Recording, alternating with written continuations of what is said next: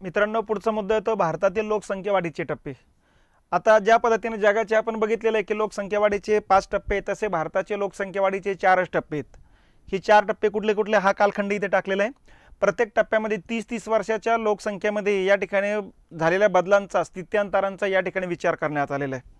आता या ठिकाणी आपण लक्षात घेतलं पाहिजे, इथं टप्पा क्रमांक दिलेला आहे 1 2 3 4। इथं कालखंड टाकलेले आहे बघा, 1891 पासून ते 1921 30 वर्षाचा कालखंड आहे। 21 ते 51 30 वर्षाचा कालखंड आहे। 51 ते 81 30 वर्षे आणि 81 ते 2011 30 वर्षे। ठीक आहे। पहिल्या 30 वर्षामध्ये जर विचार केला तर पहिल्या 30 वर्षामध्ये लोकसंख्या फक्त 1.5 कोटीनं वाढलेली आहे। आलं लक्षात। दुसऱ्या 30 वर्षामध्ये 11 कोटीनं वाढली, म्हणजे जवळपास 5 ते 6 पटीनं जास्त वाढलेली आहे। तिसऱ्या कालखंडामध्ये तिसऱ्या टप्प्यामध्ये 32 कोटीनं वाढले, म्हणजे 11 3 33 जवळपास 3 पटीनं वाढलेली आहे। आणि चौथ्या टप्प्यामध्ये 32 2 64 म्हणजे दुपटीपेक्षा कमीनं वाढलेली आहे। तर या टप्प्यामध्ये इथं जर बघितलं आपण तर या ठिकाणी सर्वात जास्त लोकसंख्या वाढताना दिसते बघा।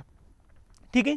आता या टक्केवारीनुसार जर वार्षिक वृद्धी दर आपण समजून घेतला, या 30 वर्षामध्ये 1.5 कोटीनं वाढली, याचा अर्थ दरवर्षीच्या हिशोबाने जर विचार केला तर 0.19% लोकसंख्या वाढल्याचं दिसतंय बघा। ठीक आहे।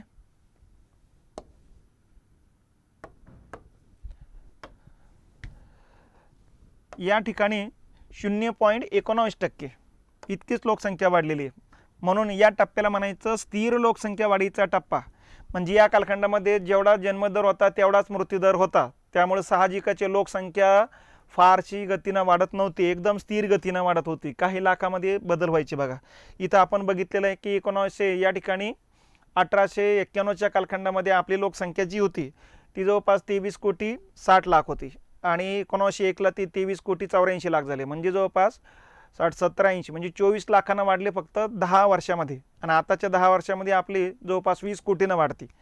तर त्याचं कारण हे लक्षात घ्या की त्या कालखंडामध्ये आरोग्याच्या सुविधा कमतरता होती, त्यामुळे जन्मदर राहायचा जास्त, आणि त्याचबरोबर साथीचे आजार आले की मरणाऱ्यांची संख्यासुद्धा राहायची जास्त।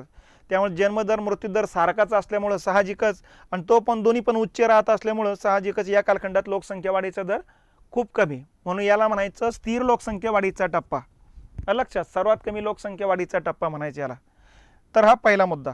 दुसरा मुद्दा जो असतो 1921 ते 1951, हे बघा 1921ला लोकसंख्या आपल्याला माहिती 25 कोटी 13 लाख होती, 51चा कालखंड 36 कोटी होती। तर ह्या हिशोबानं जर आपण बघितलं तर इथं 11 कोटींनी लोकसंख्या वाढलेली आहे। हा लक्षात, 25 कोटी ते 36 कोटी, त्या हिशोबानं 11 कोटीचा हा कालखंड येतो बघा। आणि या कालखंडामध्ये दर वर्षाला लोकसंख्या वाढलेली आहे 1.20%। आता ही कमीच आहे, याच्यापेक्षा थोडी जास्त होताना दिसते बघा। आलं लक्षात, याच्या 5 ते 6 पटीनं वाढलेली आहे, 0.19%पेक्षा 1.20% झालेली आहे। तर 6 पटीनं या ठिकाणी इथं लोकसंख्या वाढलेली, म्हणून या ठिकाणी लोकसंख्या वाढीचा टप्पा आहे, पण लोकसंख्या वाढीची गती कमी आहे, मंद आहे। इथं स्थिर लोकसंख्या आहे, इथं लोकसंख्या वाढते पण थोडं मंद गतीनं वाढते, जास्त गती अजून प्राप्त झालेली दिसत नाही। तर दुसरा टप्पा। तिसऱ्या टप्प्यामध्ये होतं काय, लोकसंख्या झपाट्यानं वाढते बघा। जवळपास 32 कोटींना लोकसंख्या वाढलेली, म्हणजे 51ला 36 कोटी होती, 84ला 68 कोटी, म्हणजे जवळपास 32.2 कोटींना लोकसंख्या या 30 वर्षामध्ये वाढते। म्हणजे वार्षिक वृद्धी दर जर बघितला आपण तर 2.14% येतो बघा। आलं लक्षात, जो सर्वात जास्त या कालखंडातला मानला जातो। आणि याच कालखंडात 61 ते 71 सर्वाधिक लोकसंख्या वाढीचे दशक, जवळपास 25% लोकसंख्या वाढलेली एका दशकामध्ये। आलं लक्षात, म्हणजे 2 या ठिकाणी जर तुम्ही विचार केला तर 2.50 होतात ते एका दशकामध्ये, तिथं सरासरी 2.14% वाढलेली। आणि म्हणून या टप्प्याला म्हणायचं तीव्र लोकसंख्या वाढीचा टप्पा किंवा लोकसंख्या विस्फोटाचा टप्पा म्हणायचं। मग प्रश्न असे असतात खालीलपैकी लोकसंख्या विस्फोटाचा टप्पा कितवा आहे, पहिला, दुसरा, तिसरा, चौथा? तर तिसऱ्या टप्प्यात लोकसंख्या विस्फोटाचा टप्पा आहे। जागतिक स्तरावर जे संक्रमण सिद्धांत आहे 5 टप्पे दिले, त्यामध्ये दुसऱ्या टप्प्याला लोकसंख्या विस्फोटाचा टप्पा म्हटलेला आहे। पण भारताच्या डायरेक्शन असेल तर तिसऱ्या टप्प्यामध्ये लोकसंख्या विस्फोटाचा टप्पा आहे, कारण या कालखंडामध्ये लोकसंख्या वाढीचा दर अतिशय जास्त होता, तीव्र होता, म्हणून याला म्हणायचं लोकसंख्या वाढीचा टप्पा किंवा विस्फोटाचा टप्पा म्हणायचं।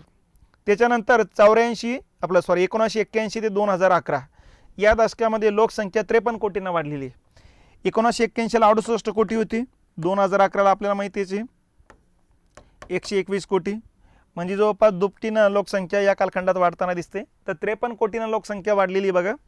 पर वाढीचा दर जो आहे ते 2.05%, म्हणजे 2.14पेक्षा कमी झालेला आहे। इथं लोकसंख्या वाढीचा दर जो आहे तो वार्षिक दर घटायला सुरुवात झालेली बघा। पण लोकसंख्या इथं 32 कोटीनं वाढली होती, ती 53 कोटीनं वाढू लागली, हे विसरता कामा नये. कारण वाढलेल्या लोकसंख्येनं आणखीन लोकसंख्येमध्ये या ठिकाणी अपत्य कमी जन्माला घालू लागलेत, पण मग आता बऱ्याच जणाला या ठिकाणी अपत्य वाढू लागलेत. त्यामुळे इथं लोकसंख्या वाढते पण वाढीचा दर कमी. तर या पद्धतीनं या ठिकाणी 4 मुद्दे लक्षात ठेवायचे. प्रश्न असे असतात की कोणत्या टप्प्यामध्ये लोकसंख्या वाढीचा दर स्थिर होता, मंद होता, घटलेला होता. तर या ठिकाणी पहिला टप्पा आहे स्थिर लोकसंख्या वाढीचा. कोणत्या लोकसंख्या जी काही लोकसंख्येचा विस्फोट आहे कोणत्या टप्प्यामध्ये होताना दिसते, तर तिसऱ्या. कोणत्या टप्प्यामध्ये लोकसंख्या वाढते पण वाढीचा दर घटता असतो, तर चौथ्या. तर ह्या हिशोबानं ते लक्षात घ्यायचं. किंवा कोणत्या कालखंडामध्ये लोकसंख्या वाढीचा दर स्थिर होता, तर कालखंड लक्षात घ्यायचं 1891 ते 1921. लोकसंख्या विस्फोटाचा टप्पा कोणता कालखंड आहे, तर 1951 ते 1981. लोकसंख्या वाढते पण वाढीचा दर घटत आहे कोणता कालखंड आहे, तर 1981 ते 2011. तर अशा पद्धतीनं लोकसंख्या वाढीचा इतकासा मुद्दा आहे, पण याच्यावर बऱ्याच वेळेस प्रश्न आलेले आहेत. म्हणून एकतर या ठिकाणी तुम्ही हे कालखंड टप्पे लक्षात ठेवा, कालखंड लक्षात ठेवा. प्रत्येक कालखंडात किती कोटीनं लोकसंख्या वाढली तेही लक्षात घ्या. वार्षिक वृद्धी दर एका वर्षाला सरासरी किती लोकसंख्या वाढली तेही लक्षात ठेवा. सर्वात जास्त कुठे आहे, सर्वात कमी कुठे आहे, असंही लक्षात घ्या.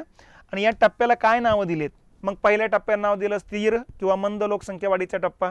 दुसरा आहे या ठिकाणी लोकसंख्या कमी गतीनं वाढणारा लोकसंख्येचा टप्पा. तिसरा आहे तीव्र गतीने लोकसंख्या वाढणारा टप्पा म्हणजे विस्फोटाचा टप्पा. आणि चौथा आहे लोकसंख्या वाढते पण वाढीचा दर घटता असणारा टप्पा. तर अशा पद्धतीनं 1, 2, 3, 4 आणि 5 असे 5 मुद्दे आडवे आणि उभे 1, 2, 3, 4 5 चौक 20 मुद्दे या ठिकाणी कव्हर केलेले आहेत बघा. तर हा चार्ट एकदा दोनदा तीनदा बघा आणि या चार्टवरती आलेले प्रश्न एकदा बघितले आपण की मग नंतर लक्षात येत आहे की प्रश्न बघून परत चार्टकडे या. मग इतक्या जागेत आपले प्रश्न असण्याची शक्यता सर्वात जास्त असते बघा. तर अशा पद्धतीनं भारतातील लोकसंख्या वाढीचे टप्पे बघताना या ठिकाणची ही आकडेवारी डोळ्यासमोर असले पाहिजेत. इथून आपण या ठिकाणी आकडेवारीला सुरुवात करतोय बघा. 1891 ते 1921 हे बघा. या कालखंडात लोकसंख्या होती 23.60 कोटी म्हणजे 23.5 कोटी पकडा, इथं 25 कोटी, 1 ते 1.5 कोटीनं लोकसंख्या वाढलेली. दुसरा टप्पा सुरुवात होतो 1921ला, मग 10, 20 आणि 30 इथपर्यंत. ठीक आहे. या टप्प्याला म्हणायचं दुसरा टप्पा. 21ला 25 कोटी होती, 51ला 36 कोटी म्हणजे 11 कोटींनी लोकसंख्या वाढलेली. मग तिसरा टप्पा सुरू होत आहे 51ला, 10, 20, 30 हा 30 वर्षाचा कालखंड आहे. इथे 36 कोटी लोकसंख्या होती, इथं 68, 36 दोन्ही 72 आणि 72 मधून 4 काढायचे, 36 मधून 4 काढा 32 कोटी. तर 32 कोटीनं लोकसंख्या वाढलेली आहे. आणि हा शेवटचा टप्पा 81 ते 2011. 81ला 68 कोटी आणि हे पुढे 121 कोटी. ते 121 कोटीमधून 68 काढले तर 32 आणि हे 3 53 कोटीनं जवळपास लोकसंख्या वाढताना दिसते, 52-53 कोटी. तर अशा प्रकारचे हे 4 टप्पे आहेत बघा. हा पहिला टप्पा आहे, हा दुसरा टप्पा आहे, ठीक आहे, हा तिसरा टप्पा आहे आणि हा चौथा टप्पा आहे. असे लोकसंख्या वाढीचे 4 टप्पे तुम्ही याही पद्धतीने लक्षात घेऊ शकता. पहिल्या टप्प्यामध्ये 0.19% लोकसंख्या वाढली प्रत्येक वर्षी. दुसऱ्या टप्प्यामध्ये 1.20% वाढली. तिसऱ्या टप्प्यामध्ये 2.14% वाढली आणि चौथ्या टप्प्यामध्ये 2.05% वाढली. तर अशा पद्धतीनं सर्वात जास्त वाढलेला तिसरा टप्पा येतो असतो बघा. म्हणून तिसऱ्या टप्प्याला नाव पडतं लोकसंख्या विस्फोटाचा टप्पा. तर या पद्धतीनं हा मुद्दा या ठिकाणी लक्षात घेतला पाहिजे.